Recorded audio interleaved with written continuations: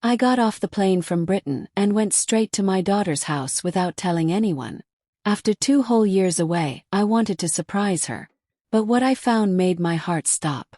My sweet Emma was locked up in the cold garage, tied with ropes, looking so sick and weak. "Mama, it's Greg and his mother," she said in a tiny voice. "They did this to me." I promised her right then that I would make them pay. They thought I was just an old grandma. They were very wrong. Before we go on, please hit the like button and tell us in the comments what you're eating for dinner tonight. The plane ride from London to Los Angeles took 12 long hours. 12 hours where I kept thinking about why my daughter Emma had not called me for 4 whole months. 12 hours where my stomach hurt because something felt wrong. The last time she called, her voice sounded scared and different, like someone was watching her talk. "My name is Margaret Wells. I am 70 years old. I worked as a nurse for 40 years, so I know when people are hiding pain." Emma's voice that day told me she was in trouble. I could hear it in the way she talked. So I did not call her first. I did not tell her I was coming. I just bought a ticket and flew across the ocean. If everything was okay, she would be so happy to see me. If something was wrong, well, I learned a long time ago that showing up when nobody expects you is the best way to catch bad people doing bad things. I got to Los Angeles at 8 in the morning on July 10th. I rented a little car and drove to Pasadena, to the pretty house with the blue door that Emma and her husband Greg bought 4 years ago. The house I helped them pick out. The house where I thought my baby girl would be safe and happy forever. When I got there, the front gate was wide open. That was strange. Emma always kept it locked because the neighborhood had lots of people walking by. An open gate on a Wednesday morning with no cars in the driveway made me worried. "Emma," I called out as I walked up to the door. "Greg, is anybody home?" Nobody answered, but I heard something. The sound so quiet I almost missed it. I stood very still and listened hard. 40 years as a nurse taught me to pay attention to small sounds. There it was again, coming from the garage. It sounded like someone crying but trying to be quiet about it. I walked quickly through the living room to the garage door. It would not open. Not just locked, but something was blocking it from the other side too. I heard the crying sound again, louder this time. Someone was in there and they needed help. "Emma," I yelled and hit the door with my hand. "Baby, is that you? Are you in there, Mama?" Her voice was so soft I could barely hear it. "Mama, please help me." I tried to push the door open, but it would not move. There was a lock on my side, but something heavy was pushed against it from inside the garage. I looked around the living room, thinking fast. No time to be gentle. I grabbed a wooden chair and smashed it against the door handle. 1 time, 2 times, 3 times. The wood broke into pieces. I kicked the broken spot as hard as I could. The door cracked open. I kicked again and pushed my way through, moving aside the big box that was blocking the door. The garage was dark and smelled bad. Only a little bit of light came in through a tiny window up high. My eyes needed a minute to see properly. When I could finally see, I felt like my heart broke into a million pieces. My Emma was sitting on the dirty floor, tied up with thick ropes around her hands and feet. The ropes were connected to a metal pole on the wall. She was sitting on an old, stained blanket wearing clothes that looked like she had worn them for many days. Her beautiful long hair was all messy and dirty. Her face was so thin and had purple marks on it. When she looked up at me, her eyes looked empty and sad in a way that made me want to cry. "Mama," she whispered and started crying. Not gentle tears, but the kind of crying that comes from someone who thought nobody would ever find them. I ran to her and got down on my knees next to her.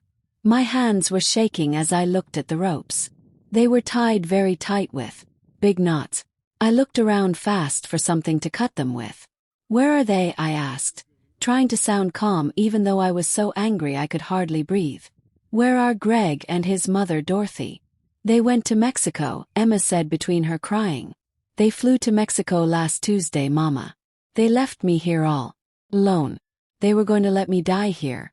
Dorothy told me that after I was gone, they would take everything I own and live a good life." I found some scissors on a shelf. They were probably the same scissors they used to tie her up, which made me even more angry. I cut through the ropes as fast as I could. The rope broke with a sound that made me feel a little bit better. "Can you stand up?" I asked while helping her get to her feet. She could not stand well at all. I could feel how skinny she was through her clothes. How long had they not been feeding her properly? "I don't know for sure," she said. "I have been in this garage for 4 weeks. Before that, they locked me in the spare bedroom." "Months, Mama. This has been happening for 8 months. Months. While I was living far away in England, thinking my daughter was doing well and happy with her husband, she was being hurt by him and his terrible mother. I pulled out my phone and called for help. My hands were not shaking anymore. That first scary moment when I saw her had turned into something else, something strong and focused. "I need an ambulance," I said when someone answered the phone. "And I need the police too. My daughter has been kept locked up and hurt." "Yes, I will wait on the phone."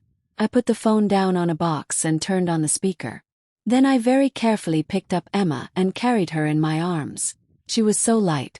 This girl who used to be healthy and full of energy now felt like she weighed almost nothing. "It's going to be okay now," I told her while carrying her out of that awful garage. "I'm here with you. They will never hurt you again, ever." But even as I said those words, I knew they were not completely true. This was not over yet. Not even close. It was just starting. Because Greg Murphy and his mother Dorothy had made one very big mistake. They had hurt my child. And I had spent 40 years as a nurse learning how to help people heal. But I also learned how to find out when people were lying and doing bad things. They were about to learn that I was not going to let them get away with this. The ambulance people got there in 8 minutes. I had put Emma on the couch and covered her with clean blankets from the closet. She was shaking even though it was warm outside in July. The main nurse, whose name was Patricia Santos, looked very upset when she checked Emma. Very sick from not drinking enough water, not eating enough food, lots of bruises that are old and new. She looked at me with wide eyes. How long was she confined? 4 weeks in the garage, I said. 8 months of being hurt before that. 2 police officers came in just as they were putting Emma into the ambulance. Officer Michael Torres told me his name. He was maybe 50 years old with kind eyes. "Mrs. Wells, you found her, right?" "Yes, I am her mother. Margaret Wells. I used to be a nurse. I worked at hospitals in Los Angeles for 40 years before I moved to England. I flew in from London this morning and found her tied up in the garage like an animal." Torres's face changed when I said I used to be a nurse. "You worked in hospitals. Then you know how serious this is." Her husband Greg Murphy and his mother Dorothy did this terrible thing. They are in Mexico right now. They left her here to die while they went on a nice vacation. Torres looked angry. "We will check on that. Please go with your daughter to the hospital and I will come get your statement there." At the hospital, they put Emma in a private room with tubes giving her water and medicine. I sat next to her bed holding her hand and watching her face slowly get a little bit of color back. Nurses came in and took pictures of all her injuries. Those pictures would help prove what happened to her. Emma slept on and off. I held her hand tight and felt something I had not felt in very long time. That cold, clear feeling you get when you are going after someone who did something very bad. I was hunting now. Greg and Dorothy were the ones I was hunting. Officer Torres came to the hospital around lunchtime with a woman officer. "Emma," he said in a gentle voice that was getting a bit stronger. "Can you tell us what happened?" "It started 8 months ago," Emma said in a weak voice. "Greg changed so much. He became mean and wanted to control everything I did. He took my phone away and watched everything I did on the computer. He looked at all my bank accounts every single day." "What about his mother?" Torres asked. "Dorothy moved into our house around the same time. She said it was just for a little while but she never left. She was meaner than Greg. She told me I was stupid and worthless. She said I was lucky that Greg even married me. She followed me everywhere in the house and said mean things about everything I did." My hands closed into tight fists. I wanted to hit something. "When did Greg start hitting you?" I asked quietly. 2 months ago. I tried to use the neighbor's phone to call you, Mama. Greg caught me doing it. He hit me hard that day for the first time. After that, it got worse and worse. He started locking me in the spare bedroom. Dorothy would bring me a little bit of food once a day. Just enough so I would not die. She would stand there watching me eat and telling me that once they got all my money, they would not need me anymore. Your money? Torres looked at me with surprise. My daughter got $400,000 when her father died 6 years ago. Torres stopped writing. That was a lot of money and a good reason for bad people to do bad things. Emma, I need you to let me look at your bank accounts and all your papers. Can you say yes to that? She nodded her head. Yes, Mama. They took almost all of it. Greg kept making me sign papers and move money to different accounts. I was so scared all the time. Then 4 weeks ago, they tied me up in the garage and left me there. I heard them talking about their Mexico trip. They were laughing about finally getting to relax and have fun. The woman officer's face turned white. Torres kept writing with a face that looked like it was made of stone. After they left, I sat watching Emma sleep. My brain was working on what needed to happen next. This was not just about keeping Emma safe anymore. This was about making sure Greg and Dorothy paid for what they did. Real justice. The kind that destroys people completely. Greg and Dorothy thought they were smart. They had kept Emma away from everyone.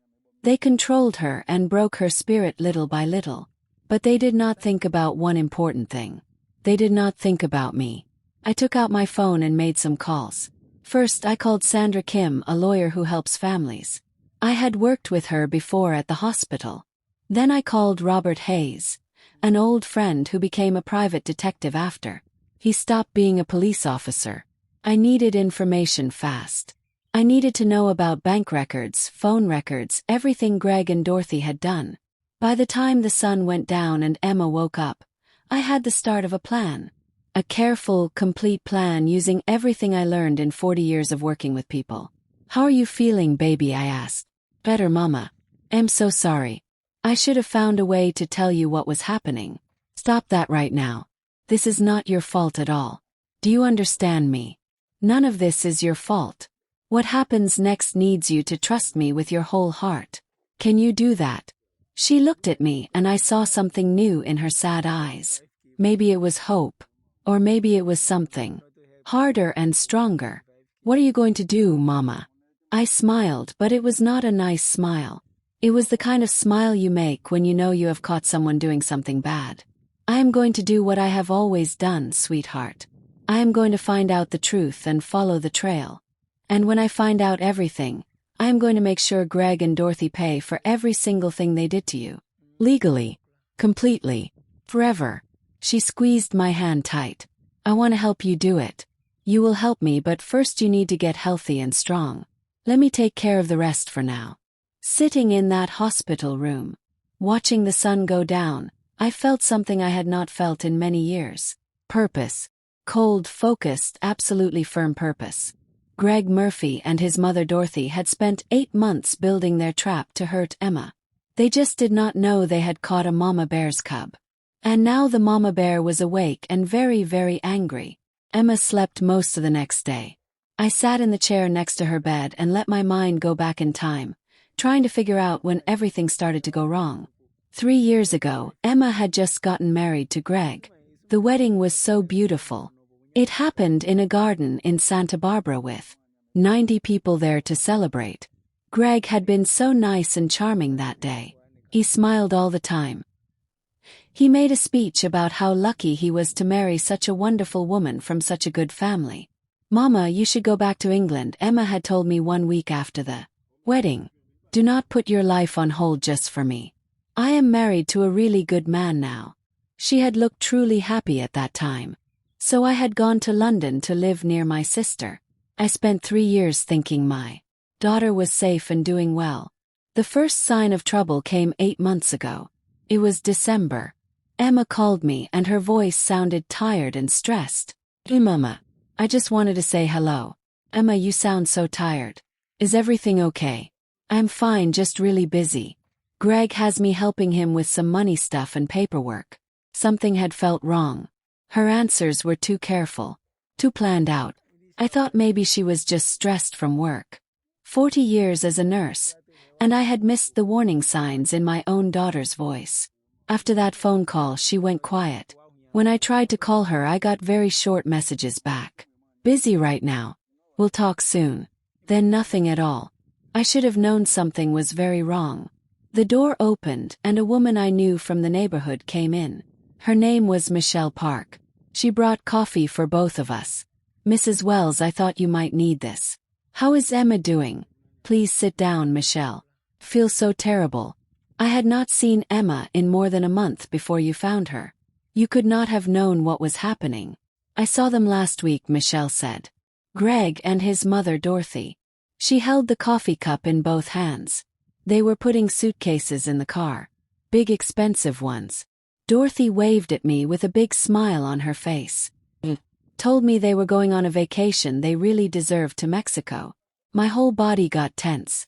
What day was that? It was Wednesday, July 7th. They were laughing so much. Greg said they were going for 2 whole weeks to relax on the beach. She stopped talking and looked sad. Where was Emma? I thought maybe she had to work and could not go with them. Weeks in Mexico while Emma was tied up and dying in their garage. They had left her there long enough that it would be hard for police to figure out what happened. Then they planned to come back, pretend to find her missing, and act like they were so sad and worried. "Did you hear anything else from their house?" I asked. "About 4 weeks ago, I heard yelling and screaming from their house late at night. I thought about calling the police, but then it got quiet. I told myself it was probably just a loud TV show." Her eyes filled up with tears. "I should have called for help. This is not your fault, Michelle. But if you remember anything else at all, Officer Torres will want to talk to you about it." After Michelle left, I looked at Emma's bank accounts on my computer.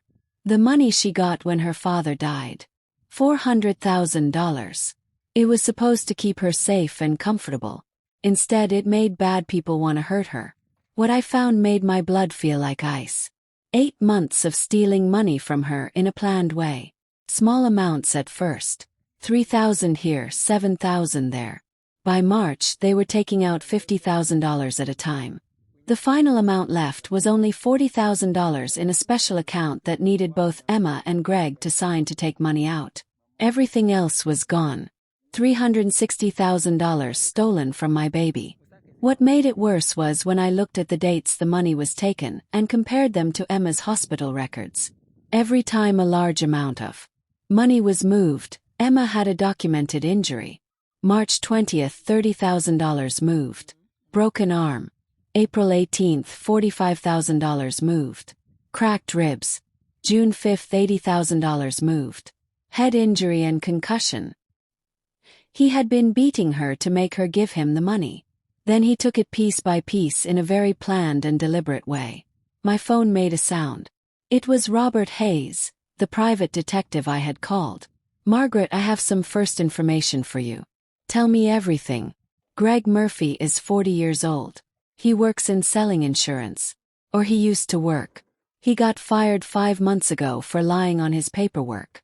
Here is the interesting part. He has gambling problems. He owes $90,000 to 3 different casinos in Las Vegas. They have been calling him and demanding he pay them back."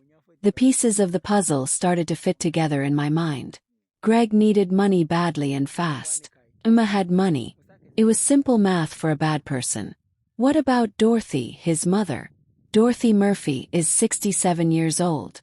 She has declared bankruptcy 2 times in her life. No real job since 2016. She also has a criminal record. She was convicted of fraud in 2010. She tried to trick an old man out of $30,000 with a fake charity scam. Course she did. Bad people do not change. They just find new victims. There is more, Margaret. Greg and Dorothy have a bank account together that both their names are on. Most of Emma's money went from Greg's account straight into that shared account. They have been splitting the money 50-50 between them. This was not just abuse or stealing. This was a planned crime. Mother and son working together to rob my daughter and then kill her. Keep looking for more information, I said firmly. I want everything you can find. Bank statements, phone records, emails, text messages, everything they have ever done. You have my word, Margaret. I will find it all. I hung up the phone and looked at Emma sleeping in that hospital bed. She looked so fragile and small. Nothing like the strong, happy woman who had stood in that Santa Barbara garden 3 years ago, full of hope and dreams for her future. Greg and Dorothy would not be back from Mexico for another 9 days. I had 9 days to build a case so strong and complete that they would never see freedom again. 9 days to collect every single piece of evidence, write down every crime, and prepare every legal paper. I opened a new note on my phone and started making a list. Every good nurse knows that keeping good records is how you prove what happened. Every fact, every dollar, every bruise, every lie. I would build this case the way I had documented patient care for 40 years. Piece by careful piece. Leaving nothing out. Nothing to chance. Only this time it was deeply personal. This was my daughter. The next morning, Officer Torres brought me Emma's phone. The technology people had gotten everything off of it. Text messages, emails, photos, everything. This is going to be hard to look at, Torres warned me. Understand. I waited until he left the room. Then I started reading. The text messages between Emma and Greg told the whole story like a book. January. Where are you? Why did you not answer my call? February. I am in charge of our money now. Do not ask me questions about it again. March. Sign these papers right now. Do not make this harder than it has to be. If you tell anyone about this, it will get much worse for you. April. You brought this on yourself. My mother is right about everything she says about you. My hands were shaking. I put the phone down on the table. I took 3 deep breaths. Then I picked it up again and kept reading. The photos were even worse than the messages. Pictures of bruises on her face. Pictures of a cut on her lip. Pictures of finger-shaped bruises on her arms where someone had grabbed her hard. Emma had taken these photos in secret, hoping she would get a chance to use them as proof someday. When I looked at the hidden information in the photo files, I saw that she had tried to email these photos many times to different people. Every single time the email failed to send. Greg had blocked her from being able to contact anyone. That is what smart abusers do. They cut off all the escape routes. Then I found pictures of bank papers that Emma had secretly photographed. Papers that showed money being moved with signatures on them. I made the photos bigger to see better. The signature was close to Emma's real signature, but the way the pen pressed down was different. The way the letter E was written was too round. This was a fake signature. Greg had not just forced her to sign things. He had faked her signature on many different papers. I sent all of these photos to Sandra Kim, the family lawyer. Then I called her right away. Sandra, check your email. I need someone who can examine handwriting and signatures as soon as possible. I am looking at them right now. Oh my goodness, Margaret. Sandra's voice got hard and serious. This is major criminal fraud. This could mean prison time for a long time. That is exactly what I want to happen. How fast can you get the papers examined by an expert? I know someone very good. I can have answers in 2 days. But Margaret, this changes everything about the case. We are talking about criminal charges that could put him in prison for years. That is what I want. About freezing Greg's bank account so he cannot touch the money. With this evidence, I can get an emergency court order and freeze everything by the end of today.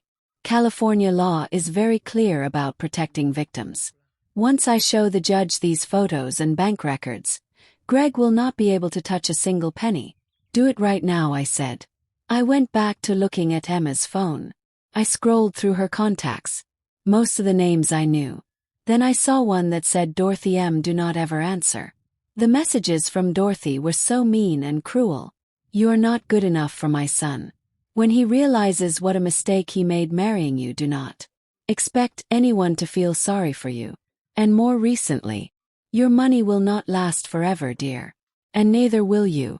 Clear threats. Documented threats that proved what they planned to do. I kept scrolling through the messages. I found a text from a number that was not saved in Emma's phone. It was from 2 weeks ago. Just checking in with you. Are we still meeting for coffee on Friday? Dear, the response from Emma's phone said, cannot make it. too busy with things at home. But Emma had not sent that message. She had been locked in the bedroom with no phone. I checked the hidden location information in the message. It was sent from Emma's phone, but from a completely different place. A coffee shop in downtown Pasadena. Greg had taken Emma's phone. He had been pretending to be her and sending messages to people. He was making everyone think everything was normal and fine. I sent screenshots of everything to Officer Torres with a message. This is proof of identity theft and fraud. Greg Murphy was pretending to be Emma through text messages.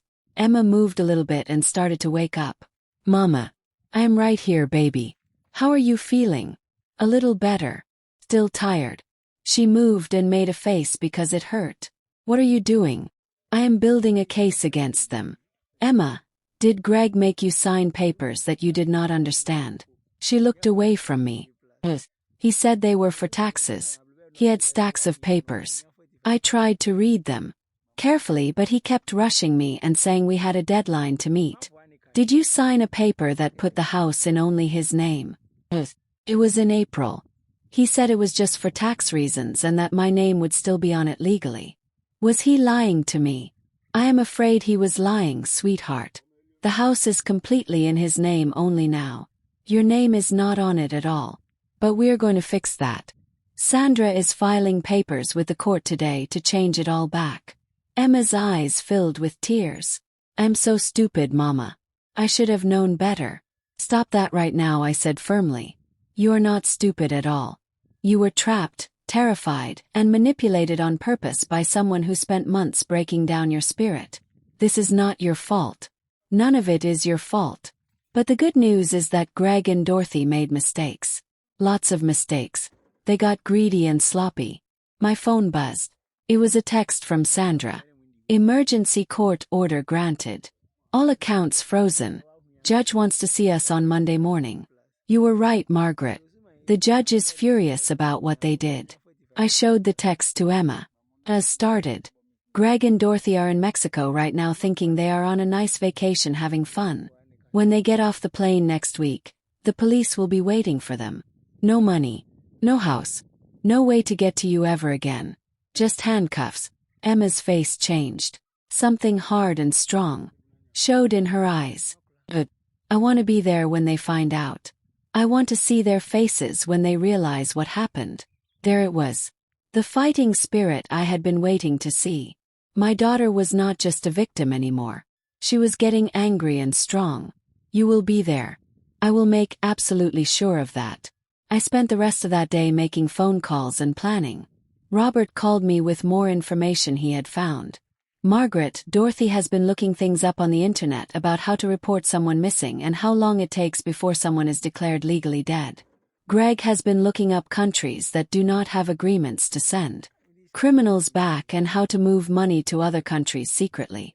They had been planning to run away, take Emma's money and disappear to another country. Except Emma was supposed to be dead, so no one would report her missing until it was too late for anyone to find them. It was good planning. Almost professional. If I had not shown up exactly when I did, their plan would have worked perfectly. But I did show up. And now they were going to learn what happens when you hurt a mother's child and think you can get away with it. Mama, Emma's voice brought me back to the present moment. Thank you for coming home. Thank you for not giving up on me. I looked at my daughter. Bruised and hurt, but alive and getting stronger. Emma, I need you to understand something important. What comes next is not about being nice or forgiving them. It is about making absolutely certain they never hurt anyone else ever again. Can you accept that? She looked me straight in the eyes. Yes, Mama. Make them pay for everything they did. I absolutely intend to do exactly that. They let Emma leave the hospital on the morning of July 23rd. That was 13 days after I found her. The doctors wanted her to stay longer, but Emma said she needed to get out of there. I understood completely. Hospitals feel like prisons when you have just escaped from a real prison. I had rented a small furnished apartment in a safe part of Pasadena the day before. It had 2 bedrooms and a security guard at the front desk 24 hours a day. It was nothing like the house she had lived in with Greg. This place was temporary and anonymous and most importantly, safe. Emma sat on the sofa in the living room wrapped up in a soft blanket even though it was warm outside in July. She looked much better now. Her face had color in it again. The medicine and water from the hospital had helped a lot. But her eyes still had that hurt, scared look in them. I made hot tea and brought it to her. I sat down in the chair across from her. "Tell me everything from the very beginning," I said gently. She was quiet for a long time. Her hands held the teacup tight. Then she started talking. "Months ago, everything in my life changed completely. It was January 8th. I remember because it was exactly 1 week after New Year's Day. Greg came home from somewhere. I do not even know where he had been all day. And he was completely different, angry and mean. He started going through all our bills and bank statements. He was yelling at me about why I had spent money on food, on gas, on everything. I thought he was just really stressed about his job. Was he stressed about work, I asked. "Oh, Mama." I found out later that he had been fired from his job in December. He never told me at all. He just kept leaving the house every morning like he was going to work. She took a small sip of tea. That same week, Dorothy showed up at our door. Greg's mother. She had 2 big suitcases with her. She said she needed a place to stay for just a few weeks while she looked for a new apartment. I did not want her living with us, but Greg insisted. He said it was only temporary. I stayed quiet and let her keep talking. Dorothy was awful to me from the very first day. She would follow me around the house all day long criticizing everything I did. The way I cooked dinner. The way I cleaned. The way I dressed. She would tell Greg that I was wasting his money and being lazy. She said I was not taking good care of him. And Greg started believing everything she said. Or maybe he always believed it and just stopped pretending to be nice. Emma's hands were shaking now. I moved to sit next to her on the sofa and put my arm around her shoulders. By February, Dorothy had completely taken over our house. She was going through all my personal things. My papers and documents. She kept asking questions about my bank accounts and investments. Greg started demanding that I move money into accounts that had both our names on them. He said it was for taxes and for our future together. When I said I was not sure about it, he got really angry. Really angry. That is when he hit me for the very first time. I felt my whole body tense up. Kept my voice calm and gentle. "What did you do, baby?" I was so shocked, Mama. I could not believe it had happened. He said he was sorry afterwards. He said he was just stressed and that it would never happen again. I wanted so badly to believe him. I wanted to believe this was just a bad time and things would get better. Laughed, but there was no happiness in it. I was so stupid to believe him. "You were not stupid," I said firmly. "You were being manipulated and lied to by experts who had done this before." It got worse every single day. Greg took my phone away from me. He said I was spending too much time talking to friends and on social media. He started watching every email I sent and every phone call I made. When I tried to call you in March, he was standing right there next to me listening to every word. I could not tell you what was really happening to me. After that phone call, he took away my computer too. He said I did not need it. "The money," I said quietly. "When did he start taking your money?" "February. At the beginning it was small amounts. 5,000 here. 10,000 there." Greg said we were putting our money together in one place. Then in March he started taking much bigger amounts. 30,000. 50,000. I tried to stop him. I told him I needed to keep some money separate just in case. That is when he locked me in the spare bedroom for the first time. My hands were in tight fists now. I wanted to scream. Emma did not seem to notice how angry I was. He kept me locked in that bedroom for 5 whole days. No phone. No computer. No way to call for help. Dorothy would bring me a little bit of food once a day. She would stand there and watch me eat it. She would tell me how lucky I was that Greg was willing to put up with me. He finally unlocked the door and let me out. There was a paper on the kitchen table waiting for me. It was a form to move another $60,000. I signed it because I was so terrified of what he would do if I did not. How much money did they steal in total? All of it except $40,000. $360,000 gone. Everything except the special trust account. Greg could not touch that money without both of us signing together. And I kept refusing. That is when things got really, really bad for me. She was crying now. Quiet tears running down her face. I held her close and let her cry as much as she needed to. In May, Dorothy started saying really scary things to me. She would tell me that once they got all the money, I would not be needed anymore. She said Tyler could find someone better than me. Someone who actually deserved him. I did not understand what she meant at the time.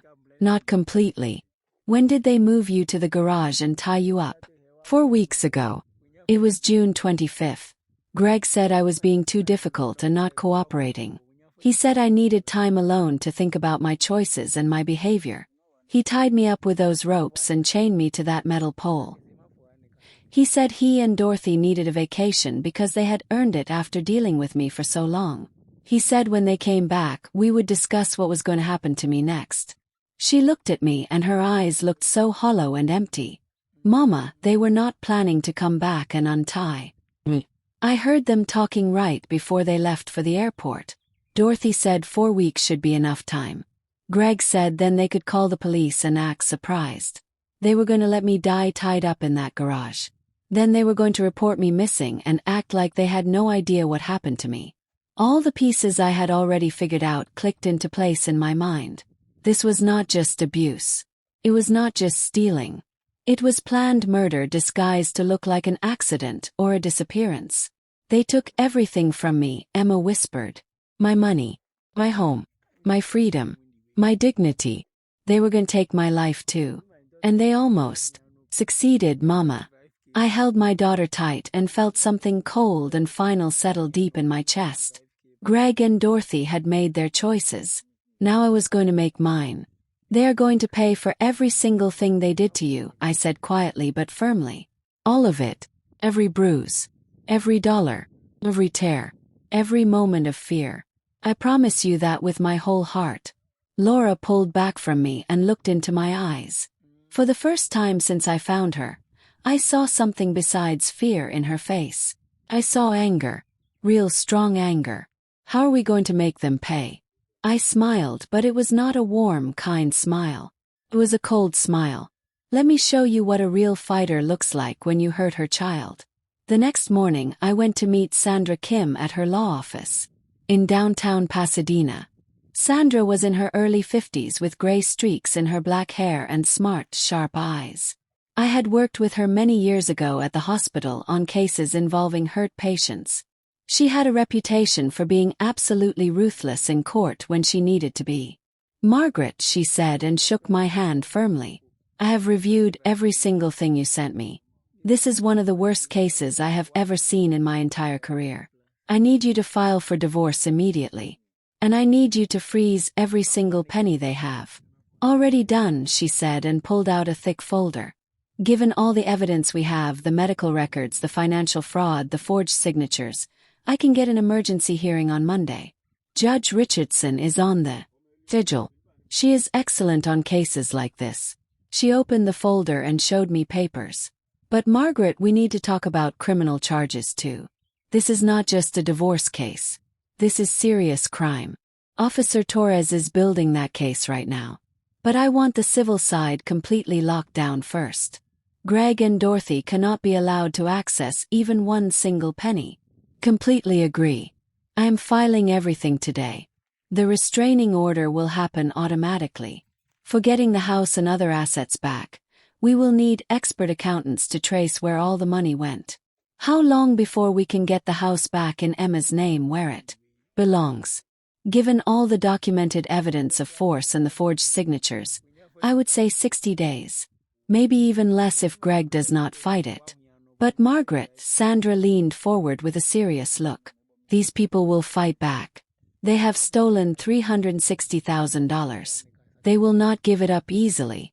I am counting on them fighting, I said calmly. The more they fight, the more mistakes they will make. The more evidence we will gather against them. After I left Sandra's office, I drove across town to meet Robert Hayes at a small cafe. Robert, my old friend who was now a private detective, was waiting at a corner table with his laptop and several file folders. Margaret, we shook hands. I've been investigating Greg and Dorothy for 5 days straight. These two are professionals at what they do. This is not their first time hurting people. Tell me everything you found. Greg Murphy, fired from his insurance job in December for making up fake expense reports and stealing from the company. He has serious gambling debts. $90,000 that he owes to 3 different casinos in Las Vegas. They have been calling him constantly and threatening him since March. That explains why he started stealing bigger amounts faster. Exactly right. Now Dorothy. Robert opened another file. She has declared bankruptcy 2 separate times in her life. She has a criminal conviction for fraud from 2010. She scammed an old man out of $30,000 by pretending to collect money for a fake charity. She got probation. She has been living off Greg completely since then. So they are a mother and son team of con artists. Gets even better. They have a joint bank account together. Every single dollar that Greg stole from Emma went first into his personal account. Then immediately, he moved it to that joint account he shares with his mother. They have been planning to split everything 50-50. This was planned together from the very start. Cold, clear understanding filled my mind. This was premeditated, organized, calculated, planned. What else did you find? Internet search history. Greg has been looking up how to dispose of a body, how to create a fake missing person case. Countries that do not have extradition treaties with the United States. Dorothy has been searching how long before someone is declared legally dead, how life insurance policies work, how to forge a legal will. They were planning to fake Emma's will after they killed her. That is exactly what I think too. Kill her slowly. Report her missing. Wait for the legal declaration of death. Then produce a forged will that leaves everything to Greg. Move all the money to foreign accounts. Then disappear to another country forever. Robert shook his head. If you had not shown up exactly when you did, Margaret, they would have succeeded. But I did show up. Robert opened his third file. One more thing you need to know. Greg has a girlfriend. Her name is Jessica Park. She is 31 years old. Works in real estate. They have been seeing each other for 6 months. I found text messages where Greg promises to leave Emma very soon as everything is settled and taken care of. Perfect. Does Jessica know about their plan to kill Emma? That is hard to say for certain. The text messages are very vague and careful. She definitely knows he is married and planning to leave his wife. Whether she knows the specific details of how, I cannot tell from the messages. Find out everything you can about her. If she is part of the crime, she becomes part of the criminal. If she does not know, then she becomes a witness we can use against Greg. I'm on it. What is your overall plan here, Margaret? I leaned back in my chair. Greg and Dorothy are in Mexico until July 28th. That gives us 5 more days. Sandra is filing the divorce and restraining order today. When they step off the airplane at Los Angeles Airport, they will be served with papers immediately. All bank accounts completely frozen. They will panic and make mistakes. And then Officer Torres arrests both of them. Kidnapping, unlawful imprisonment, fraud, attempted murder. While they sit in jail, we take apart their entire lives piece by piece. Take back every single dollar. Destroy their reputations. Completely. Make absolutely certain they never hurt another person ever again. Robert smiled, but it was a grim smile. Remind me to never, ever make you angry at me. They should have remembered that I am not just a mother. I am a nurse who spent 40 years seeing through liars and protecting vulnerable people. I stood up to leave. Keep digging. Phone records, credit card statements, witnesses, everything that will help bury them. You have my word, Margaret. I drove back to the apartment. Emma was standing by the window looking out at the city below. How did everything go? She asked me. Sandra is filing all the papers today. Robert found evidence that they were planning to forge your will after you were dead. Greg has a girlfriend who thought she was going to end up with a rich single man. She has no idea what he really is. I sat down next to her. We have them, Emma. Every single piece of evidence we need to destroy them. She was quiet for a moment. Then she said, good. I want them to suffer the way they made me suffer. They will suffer, I promised. But we are doing this the right way. Legally. Methodically. Permanently. When this is all over, they will not just be in prison. They will be financially destroyed. Socially ruined. With criminal records that follow them for the rest of their miserable lives. When do they find out what is happening? 5 days from now. When their plane lands, police will be waiting at the airport. Then the real justice begins. Emma smiled for the first time since I had found her in that garage. It was not a happy smile. It was the smile of someone who had survived something terrible and was about to watch the people who hurt her face real consequences. I recognized that smile. I had seen it in my own mirror that morning. July 28th. The day Greg and Dorothy's vacation ended forever. I stood in the international arrivals section at Los Angeles International Airport. I was positioned near a coffee shop where I had a clear view of all the gates. Officer Torres was somewhere else in the terminal with 3 other police officers in uniform. Sandra had filed all the legal paperwork 3 days ago. Restraining order active and in effect. All bank accounts frozen solid. The trap was set perfectly. All we had to do now was wait for them to walk into it. Emma had wanted to come to the airport with me, but I had convinced her to stay at the apartment. Trust me, sweetheart. You do not want to be here when this happens. Let me handle this part. The flight from Cabo San Lucas, Mexico landed at 4:17 in the afternoon. Getting through customs and baggage claim would take at least 30 more minutes. I sipped my coffee, slowly, and watched the arrivals board. At 4:53, I saw them walking through the sliding glass doors. Greg came through first. He was pulling 2 large expensive suitcases. He had a dark tan and looked relaxed and happy. He was wearing an expensive-looking tropical shirt and designer sunglasses on his head. Behind him came Dorothy wearing a bright sundress and a huge sun hat. They were both laughing and smiling. They looked like people who did not have a single worry in the world. People who had just enjoyed a luxurious 2-week vacation. People who had absolutely no idea that their entire world was about to completely collapse. I sent a text message to Officer Torres. They are here. Near gate 57. Greg pulled out his phone and looked at it. Then he frowned. That is really weird. My banking app is not loading at all. It must just be the airport Wi-Fi, Dorothy said in a dismissive voice. Do not worry about it.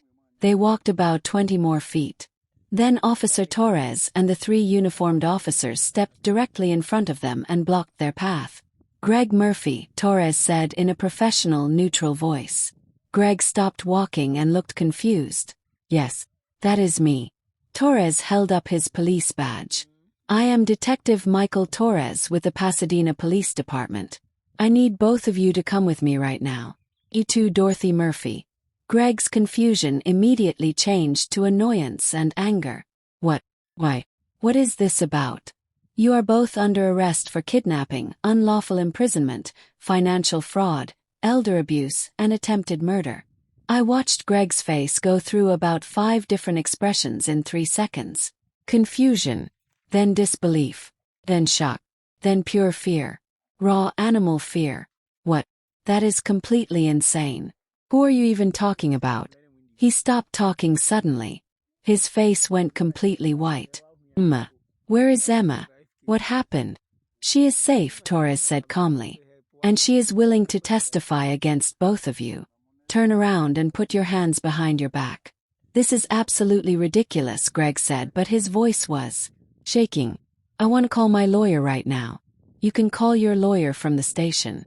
Dorothy had been standing completely frozen like a statue. One of the officers moved toward her to put handcuffs on her. That is when she suddenly found her voice and started yelling. This is a huge mistake. We did not do anything wrong at all. That girl is a liar. She has always been nothing but a liar. Ma'am, you have the right to remain silent, the officer said and continued reading her rights. But Dorothy was not listening at all. She was looking around at all the other travelers who had stopped to watch and stare. Some of them were holding up their phones and recording video. Her face turned bright red.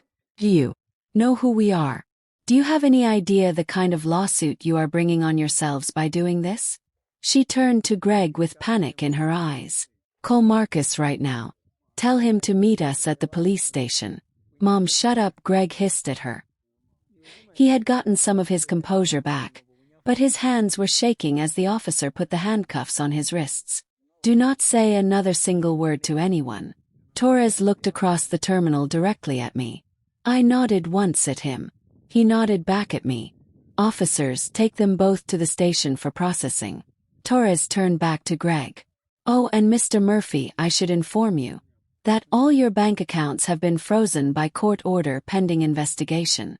All your credit cards have been suspended. The house is under a restraining order. You will not be able to access any of the assets you obtained through your wife. Greg's face went from white to gray like ashes. What? You cannot do that. That is our money. That is money obtained through fraud, violence, and coercion, Torres said. A judge reviewed all the evidence yesterday morning. You will get your chance to contest it in court. That is, if you can even make bail. Which I doubt. They led Greg and Dorothy away through the airport. Dorothy was still yelling and protesting loudly. Her voice echoed through the whole terminal. Greg had gone. Completely quiet. His mind was clearly racing, trying to think of a way out of this situation. But there was no way out. I had made absolutely sure of that. I waited until they were completely out of sight. Then I walked slowly to the parking garage and got in my rental car. Called Emma from the car. It is done, I said when she answered. They are both in police custody right now. Emma's voice was shaking but sounded determined and strong. How did they react when they found out? Greg looked like someone had hit him with a truck. Dorothy threw a tantrum like a child. They are both in handcuffs being processed right now as we speak. All accounts frozen. No access to any money. No access to the house. No way to run anywhere. Good, Emma said firmly. Hope they are absolutely terrified. They are terrified, I promise you. But this is only the very beginning. There is the arraignment tomorrow. Then trial preparation. It is going to be a long process. I know, Mama. I am ready for it. I drove back to Pasadena thinking about all the next steps that would happen. Robert had sent me his complete final report that morning. Everything we would need for the trial. The forged signatures. The internet search history. The text messages with the girlfriend. Greg and Dorothy had left behind a trail of evidence so clear and so damning that no reasonable jury could possibly ignore it. They had gotten sloppy and arrogant. They had thought they were smart enough to get away with murder. That was their first terrible mistake. Their second mistake was underestimating what a mother would do to protect and fight for her daughter. Back at the apartment, Emma was waiting for me by the door. She looked stronger than she had looked a week ago. There was color in her face and steadiness in her eyes. What happens now? She asked. Now we watch them try to explain the unexplainable. We watch them realize that every choice they made and every cruel thing they did left evidence behind. And we watch them pay price. Emma smiled. It was not a happy smile. It was the smile of someone who had survived something horrible and was about to see justice finally served. Tell me about the trial, Mama. Tell me exactly how we are going to destroy them completely. So I told her everything. The preliminary hearing was scheduled for August 12th. That was 2 weeks after their arrest. Greg and Dorothy had both made bail, but barely. Greg's bail was set at $400,000. Dorothy's bail was $200,000. They had used money from their joint account to pay it. The account that had Emma's stolen money in it. I found that deeply, deeply satisfying. Sandra and I met with Emma the morning before the hearing. We sat in Sandra's big conference room. Legal documents were spread all across the table. The prosecution will present all their evidence tomorrow, Sandra explained to Emma. Medical records, bank statements, phone records, text messages, everything. The judge will decide if there is enough evidence to go to trial. What about Greg's lawyer? Emma asked. His name is Marcus Hoffman. He is going to try to paint this whole thing as just a domestic dispute that got out of hand. He will claim that Greg was stressed about money, that he made some mistakes, but it will not work. The evidence against him is far too clear and strong. What do I need to do? Just be honest and direct when you testify. Tell the truth about what happened. Do not let him rattle you or confuse you. Sandra looked at me. Margaret, you will testify as the person who found Emma. Your background as a nurse will add a lot of weight and credibility to your testimony. The hearing started at 10 o'clock in the morning. The courtroom was absolutely packed with people. I sat directly behind Emma. Across the center aisle sat Greg and Dorothy with their expensive lawyers. Greg had lost a lot of weight in just 2 weeks. Dorothy looked 10 years older than she had at the airport. The prosecution went first. They presented the medical evidence. Photos of Emma's injuries and bruises. The marks on her wrists and ankles from the ropes. Expert testimony from doctors about severe dehydration and malnutrition and abuse. I watched Greg's face carefully. He kept his expression neutral and blank, but his jaw was clenched tight. Then came the financial evidence. Every single money transfer shown on a screen. Every forged signature pointed out and explained. The timeline showed clearly how the thefts got bigger and faster over time. How Greg had systematically drained Emma's accounts month by month. Your Honor, the prosecutor said and stood up. We have clear evidence of premeditation and planning. He pulled up screenshots on the big screen. These are internet searches from Greg Murphy's personal computer. How to dispose of a body. How to fake a missing person case. Countries without extradition treaties. The entire courtroom went completely silent. Even Greg's lawyer looked genuinely shaken. And these searches are from Dorothy Murphy's computer. The prosecutor continued. How long before someone is declared legally dead? How to forge a will? What are life insurance policy requirements? Judge Patricia Coleman was a stern-looking woman in her 60s with gray hair. She looked at Greg and Dorothy with barely hidden disgust on her face. Missy, please continue. Then it was my turn to testify. I kept everything simple and factual. I described finding Emma. Her condition when I found her. The chain and ropes. The filthy garage. I did not add extra details or exaggerate.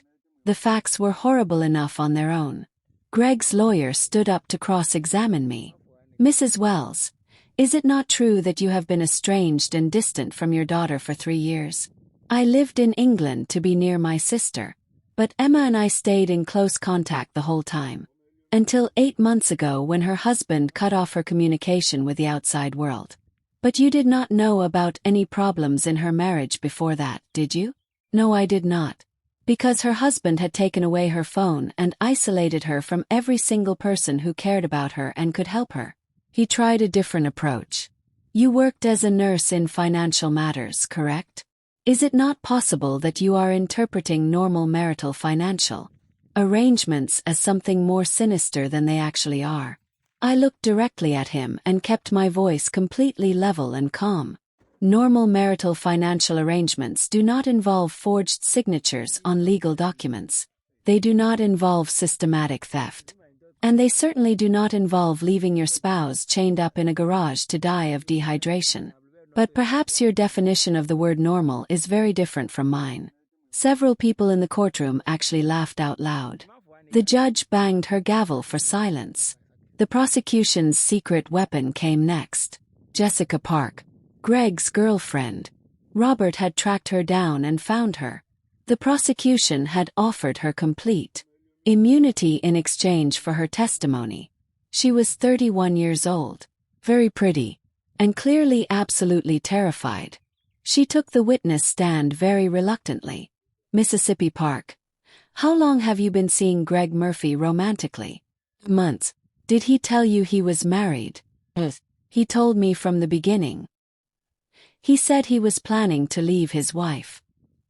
He said that once he got his finances sorted out and organized, we would be together. Did he ever discuss his specific plans for his wife?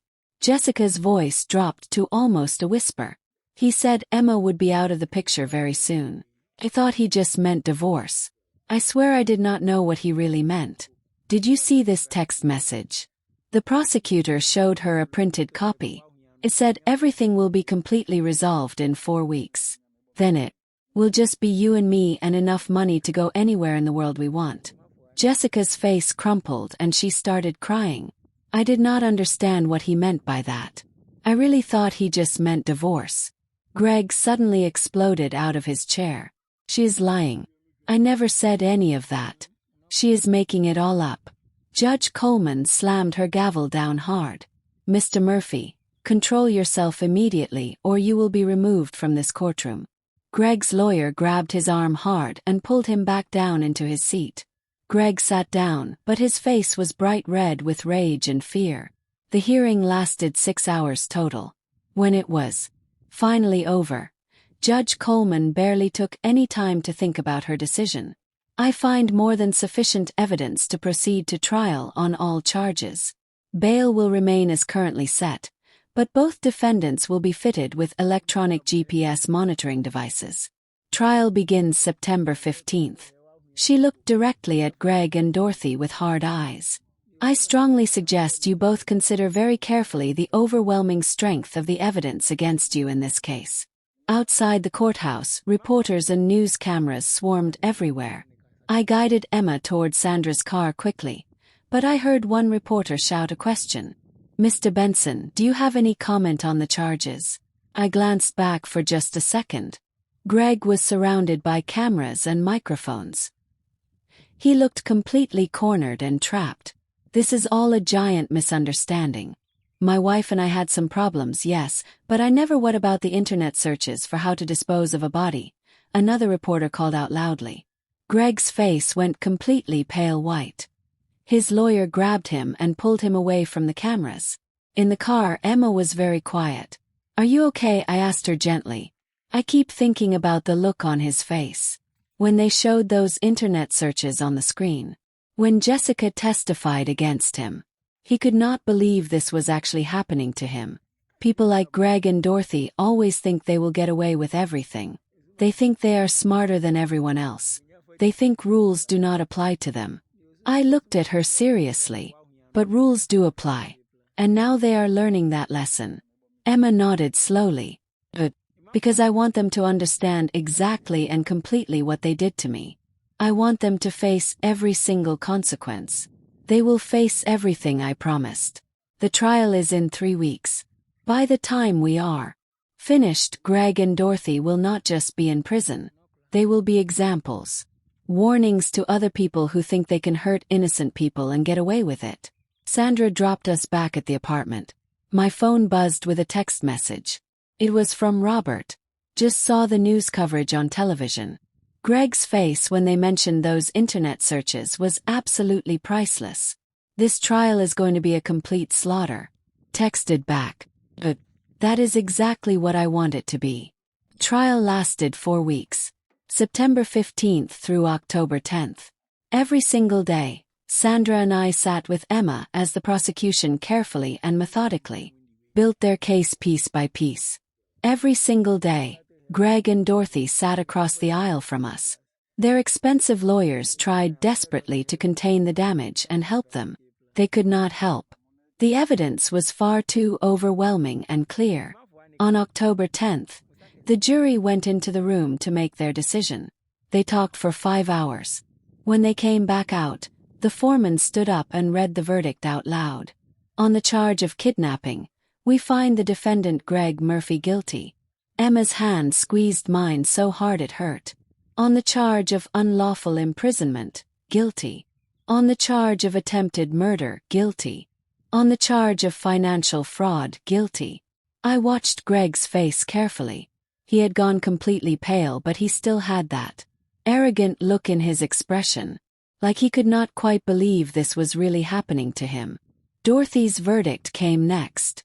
Guilty on all conspiracy charges. Guilty as an accomplice to kidnapping and fraud. She started crying immediately. Not tears of remorse or regret. tears of self-pity and rage at being caught. Sentencing was scheduled for October 16th, 6 days away. Those 6 days were very interesting. Greg's lawyer tried desperately to negotiate some kind of plea deal. The prosecution refused completely. Dorothy's lawyer requested leniency and mercy. The judge denied it immediately. Meanwhile, I gave a long interview to the Los Angeles Times newspaper. I told them absolutely everything that had happened. The story went viral on the internet. Within 2 days, Greg and Dorothy's faces were everywhere. On news sites, on social media, everywhere. Social media was absolutely merciless and brutal toward them. Greg tried to delete all his online presence and accounts. It was far too late. The internet never forgets anything. On October 16th, we returned to court for sentencing. The courtroom was packed even more than before. Reporters, spectators, people who had followed the whole story online. Judge Coleman had to bang her gavel for silence. Many times, Emma had prepared a victim impact statement. She stood at the podium and looked directly at Greg without fear. "You told me you loved me," she said in a clear, strong voice. "Instead, you tried to take my life for money. You and your mother planned to let me die alone and scared. But I did not die. And now you are going to spend many years understanding what it truly means to lose absolutely everything." She sat back down. Dorothy started to say something, but her lawyer quickly shut her down and told her to be quiet. Judge Coleman adjusted her glasses and looked at the papers in front of her. "I have presided over many cases in my very long career. This case is among the most disturbing and cruel I have ever seen. The systematic nature of the abuse, the financial exploitation, the premeditation and planning. This was not a crime of passion or impulse. This was calculated cruelty and evil." She looked directly at Greg. "Greg Murphy, you are sentenced to 18 years in state prison without any possibility of parole for 7 years. Additionally, you are ordered to pay $200,000 in restitution to your victim." Greg's face went completely slack with shock and disbelief. "Dorothy Murphy, you are sentenced to 10 years in state prison. You will also be held jointly liable for the restitution payment." Dorothy absolutely exploded. "This is completely insane and unfair. We did not do anything wrong at all. That girl manipulated everyone. She is the criminal here, not us." "Mrs. Murphy," Judge Coleman's voice was like ice. "One more outburst from you and I will add contempt of court charges. Officers, please remove both defendants from my courtroom immediately." As the officers led Greg and Dorothy away in handcuffs, Dorothy turned around and screamed directly at me. "You destroyed my son's entire life. You destroyed everything we worked for." I stood up slowly and looked at her very calmly. "No," I said clearly. "He destroyed his own life when he decided money was more important than human beings." The words were quiet, but in the completely silent courtroom, every single person heard them perfectly. Greg did not say anything at all. He just stared at me with empty eyes. Finally understanding that this was real, that he had lost everything, that his careful plans had completely collapsed because he had underestimated the one person who would never stop fighting for Emma. They took them both away. The courtroom erupted with noise and conversation. Reporters surged forward toward us. Sandra guided us quickly toward a side exit to escape them. Outside in the fresh air, Emma stopped walking. She turned to face me. "It is really over now, is it not, Mama?" "The criminal case, yes. It is over. But there is more still to do." I pulled out my phone and showed her an email from Sandra's office. "The house is being transferred back into name. The court is ordering the sale of all Greg's assets to pay the restitution. His gambling debts are his problem now. The casinos are already filing claims against him. And Dorothy's bankruptcy means she has nothing at all. They will both leave prison someday with criminal records, no money, and reputations destroyed forever." Laura took a long, shaky breath. "What about the money they stole from me?" "We are getting back about $220,000 of the $360,000 they took. The rest they already spent. On lawyers, bail, on their lifestyle. But combined with the 200,000 restitution, you will have 420,000. Not as much as you started with, but enough to rebuild your whole life. She nodded slowly and carefully. I do not even care about the money anymore, Mama. I just wanted to make sure they can never hurt anyone else ever again. They will not hurt anyone, I promised her. 15 and 10 years is a very, very long time. Greg will be 58 years old when he gets out. Dorothy will be 77. With criminal records and a history of fraud and the internet remembering everything forever, their lives are effectively over. Sandra caught up with us outside. The press really wants a statement from you both. You should give them one, I said. Tell them that justice was truly served today. Tell them that predators and criminals who think they are clever enough to get away with crimes should remember one very important thing. There is always someone smarter, more determined, and more ruthless than they are. Sandra smiled grimly. I will phrase it a bit more diplomatically and professionally. But yes, that is exactly the message. We drove back to the apartment together. Emma was quiet, processing everything that had happened.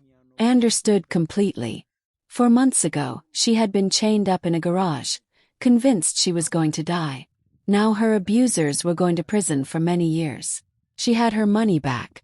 She had her freedom back. She had her life back. Mama, she said as we pulled into the parking garage. Yes, sweetheart. Thank you for coming back home. Thank you for not giving up on me. Thank you for destroying them completely. I looked at my daughter. She had been through something unimaginable and horrible, but she had survived it. She was so much stronger than Greg and Dorothy had ever understood or realized. You would have done exactly the same thing for me, I said simply. She smiled. A real genuine smile this time. Yes, I absolutely would have. 4 months later. February the 12th. Emma's new apartment was small but filled with light and warmth. It had plants everywhere and shelves full of books. It was in downtown Pasadena near the train station. Safe building in a good neighborhood. The old house had sold in December for $900,000. After paying fees and the mortgage, Emma got $700,000. Combined with recovered money and the restitution payment, she had close to $1 million total. She had invested most of it very conservatively and carefully. She used some for therapy. 3 sessions every single week. She was getting better. Slowly but surely. She still had nightmares sometimes. But she was healing. I had rented a small apartment just 3 blocks away from hers. I was not going back to England ever again. My daughter needed me here close by. We had fallen into a comfortable routine together. Coffee together every Tuesday morning. Dinner together every Friday night. Phone calls most other days. Slowly building back what Greg had tried to destroy forever. On that February morning, Emma called me early. Mama, she said. Greg's lawyer contacted mine. He wants to see us. Both of us. I was quiet for a moment thinking. Why? I do not know. He says Greg has something important he needs to say to us in person. Sandra says it is completely safe. Greg is in prison. There will be thick glass between us. Guards everywhere. But I do not have to go if I do not want to. Do you want to go? I think I need to, she said slowly. I need to see him one last time. See that he is really locked up behind bars. See that he cannot ever hurt me again. Then we will go. Together. 2 days later, we drove to the California State Prison. It was about 2 hours south of Los Angeles. Emma was nervous. Her hands kept fidgeting in her lap. But her jaw was set with determination and strength. The visitor processing took over an hour. Security was very tight. Finally, they led us to a small visitation room. There was thick glass separating the 2 sides. Phones on either side to talk through. We sat down and waited. Greg shuffled into the room on the other side wearing a prison jumpsuit. He looked like he had aged 20 years. He had lost so much weight. He had dark circles under his eyes. His hair was greasy and messy. He moved like someone who had learned to be small and invisible, to not attract any attention. Prison had completely broken him. He sat down slowly and picked up the phone on his side. I picked up the phone on our side and held it between Emma and me so we could both hear. Emma, his voice was hoarse and rough. Thank you for coming here. I appreciate it. What do you want, Greg? Emma's voice was hard as stone. I wanted to say I am sorry. I know it sounds completely hollow and meaningless now. What I did. What my mother and I did together. He stopped talking and swallowed hard. It was unforgivable. I was desperate because of the gambling debts. I thought if I could just get your money I could fix everything and make it all better. Then it spiraled completely out of control. My mother kept pushing me and telling me we could make it look like you had just left. Stop, Emma's voice cut through his words like a knife.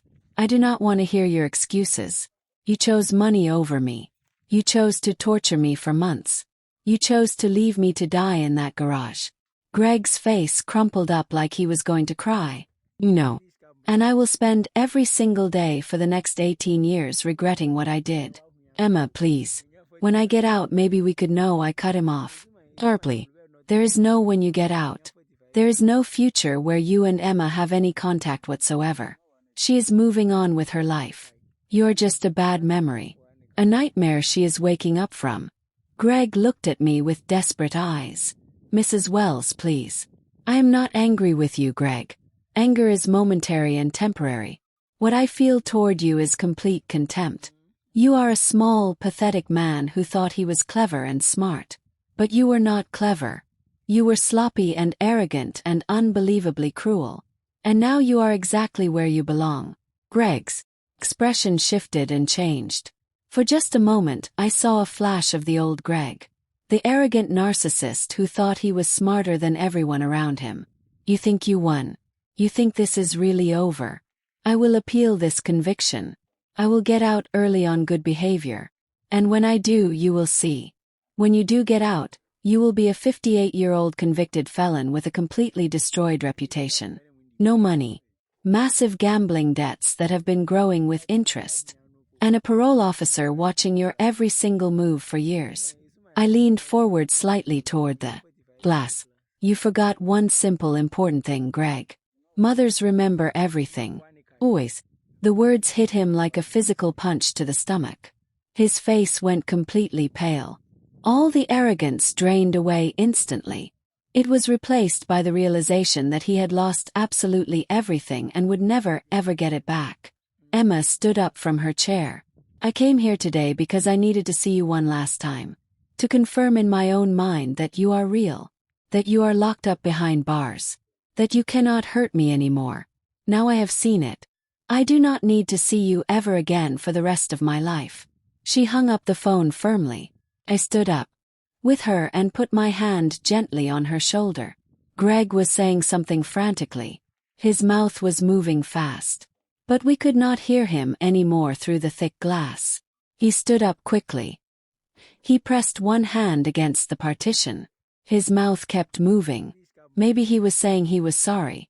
Maybe he was making threats. Maybe just desperate pleas for forgiveness. We did not stay to find out what he was saying. We turned around together and walked away toward the door. Behind us, I heard Greg start to shout loudly. Guards moved in quickly to control him. The heavy door closed behind us, cutting off all sound completely. In the parking lot outside, Emma stopped walking. She took a very deep breath of free, fresh air. It is really over now, is it not, Mama?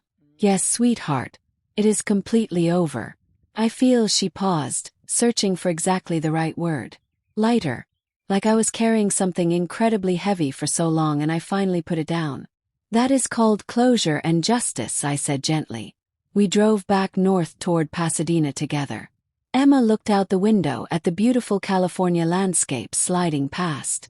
And for the very first time since I had found her in that garage, she looked peaceful and calm. Mama, she said as we got onto the highway.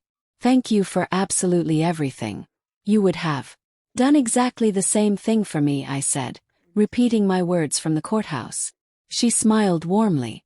Yes, I absolutely would have. The sun was setting as we drove north. The sky was painted orange and gold and purple. Behind us, Greg sat in his prison cell, facing 18 years of consequences for his actions. Ahead of us, Emma had a whole new life to rebuild from scratch. And I would be right there beside her every single step of the way. Justice had not just been served. It had been delivered with precision and care, wrapped in karma, and sealed with the absolute understanding that some people learn far too late.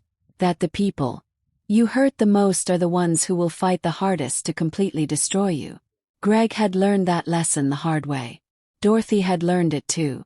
And somewhere, in whatever comes next for them, they would spend many, many years regretting the day they decided my daughter was disposable and worthless.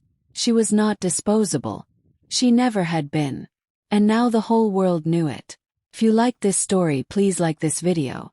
Subscribe to Granny's Voice channel.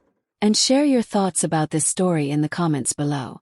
To listen to the next story, click on the box on the left side of your screen. Thank you so much for watching.